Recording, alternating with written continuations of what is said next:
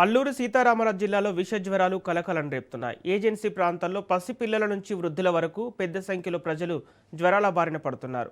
అధిక జ్వరం, దగ్గు, జలుబు, ఒళ్ళు నొప్పులు వంటి లక్షణాలతో బాధపడుతున్న గిరిజనులు ప్రభుత్వ ఆసుపత్రులకు తరలివస్తున్నారు. అయితే రోగుల సంఖ్య అధికంగా ఉండటంతో ఆసుపత్రుల్లో పడవల కొరత తీవ్రంగా కనిపిస్తోంది. ఒకే బెడ్పై ఇద్దరు, ముగ్గురు రోగులు చికిత్స పొందుతున్న పరిస్థితి నెలకొన్నట్లు స్థానికులు ఆవేదన వ్యక్తం చేస్తున్నారు. దీంతో మెరుగైన వైద్య సదుపాయాలు, అదనపు పడకలు, మందులు, వైద్య సిబ్బందిని వెంటనే అందుబాటులోకి తేవాలని ప్రజలు ప్రభుత్వాన్ని కోరుతున్నారు. కొన్ని గ్రామాల్లో ఒకే కుటుంబానికి చెందిన పలువురు జ్వరాలతో బాధపడుతుండగా దూర ప్రాంతాల నుంచి ఆసుపత్రులకు చేరుకోవడంలో కూడా ఇబ్బందులకు ఎదురవుతున్నాయి.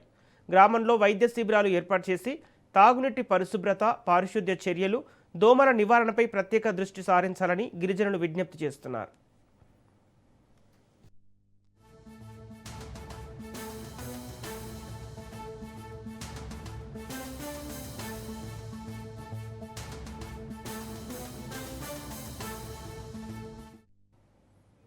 అల్లూరి సీతారామరాజు జిల్లాలో విష జ్వరాలు కలకలం రేపుతున్నాయి. ఏజెన్సీ ప్రాంతాల్లో పసిపిల్లల నుంచి వృద్ధుల వరకు పెద్ద సంఖ్యలో ప్రజలు జ్వరాల బారిన పడుతున్నారు.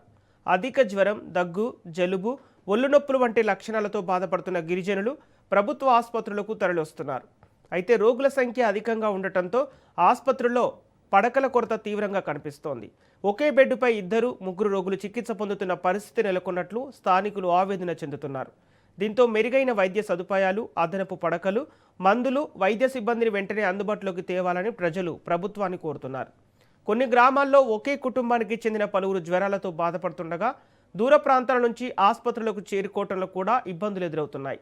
గ్రామాల్లో వైద్య శిబిరాలు ఏర్పాటు చేసి తాగునీటి పరిశుభ్రత, పారిశుద్ధ్య చర్యలు, దోమల నివారణపై ప్రత్యేక దృష్టి సారించాలని గిరిజనులు విజ్ఞప్తి చేస్తున్నారు.